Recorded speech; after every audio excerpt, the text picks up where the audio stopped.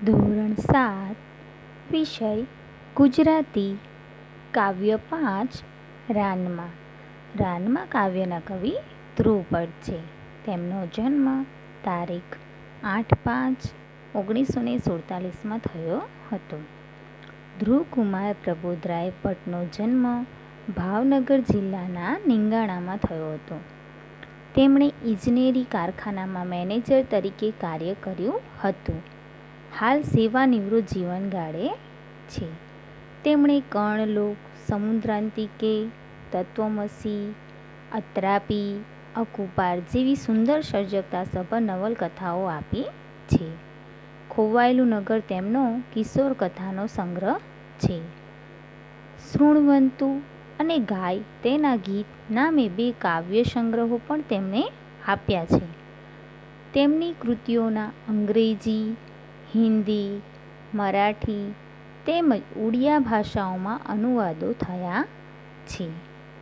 ચોમાસું આવશે તો આસપાસ કયા કયા ફેરફારો થશે તેવી વાત કલ્પનાઓની હારમાળાથી કવિ આપણને સમજાવે છે.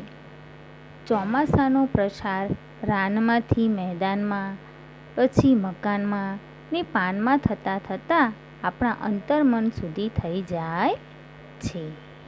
રાનમાં કાવ્યનો પ્રકાર પ્રકૃતિ ગીત છે. તો હવે આપણે કાવ્ય જોઈએ. ક્યાંક ચોમાસું ગાજે છે રાનમાં, વાડ પરે સૂતેલી સઘળેલી લાશ હવે નીતરતી થાશે મેદાનમાં. ક્યાંક ચોમાસું ગાજે છે રાનમાં, ઊંચેથી આર પાર સરતું આકાશ હવે ઉતરશે ધોધમાર હેઠું.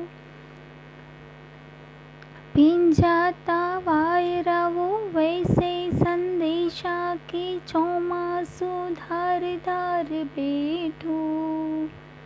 કાલ સુધી રહેતા તા આપણને કાલથી તો વાંઝટો રહેશે મકાનમાં.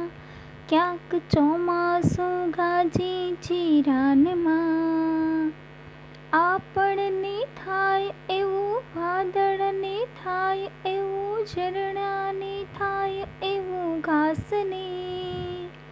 આવી ઘટનામાં જે ડુંગરને થાય તા નેવેથી દળદળતા ગામને. તમને એ થાય ચાલ ટવકો થઈ જાવ અને ઝાડ તળે ગઈ કોરે પાનમાં. ક્યાંક ચોમાસું ગાજે છે રાનમાં. આવું સુંદર સરસ મજાનું આપણે કાવ્ય ગાયું. હવે આપણે તેની સમજૂતી જોઈએ. ક્યાંક ચોમાસું ગાજે છે રાનમાં, વાડ પરી સૂતેલી સઘળેલી લાશ હવે નીતરતી થાશે મેદાનમાં. ક્યાંક ચોમાસું ગાજે છે રાનમાં. ક્યાંક ચોમાસું ગાજે છે રાનમાં. રાનમાં એટલે કે જંગલમાં ક્યાંક ગાજી રહ્યું છે ચોમાસું, ગાજવીજ સાથે. વાડ પરે સૂતેલી સઘળી લાશ એટલે કે હવે વાડ વેલા ઉપર જે સઘળી હરિયાળી ચોમાસું આવતા જ મેદાનમાં રેલાશે. ક્યાંક જંગલમાં ચોમાસાની ગાજવીજ થઈ રહી છે. ઊંચેથી આરપાર સરતું આકાશ હવે ઉતરશે ધોધમાર હેઠું. ઘેરાયેલા વાદળોથી સરતું ઊંચું આકાશ વરસાદ થતાં હવે મોટી ધારાઓ રૂપે નીચે ઉતરશે. ભીંજાતા વાયરાઓ વહેશે સંદેશા કે ચોમાસું ધાર બેઠું.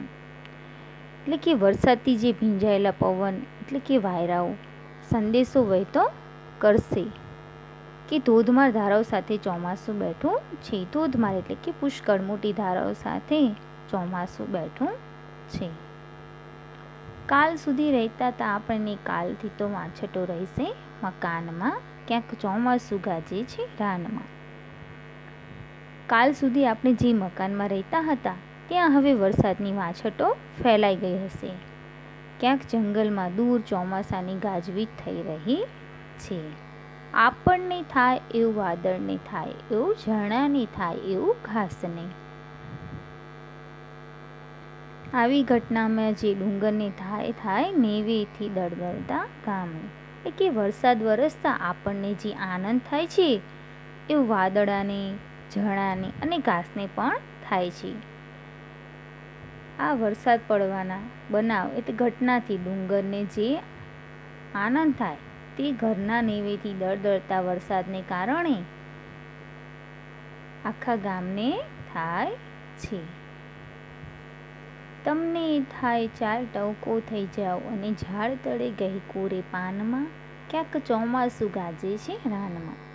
વરસાદથી તરબતર થયેલા તમને પણ થાય કે ચાલ હું મોરનો ટવકો થઈ જાઉં ને ઝાડ નીચે એના પાંદડામાં ગહેકી ઉઠું. ગહેકવું એટલે કે ટહુકવું, ટહુકી ઉઠું. ક્યાંક જંગલમાં દૂર દૂર ચોમાસાની ગાજવીજ થઈ રહી છે.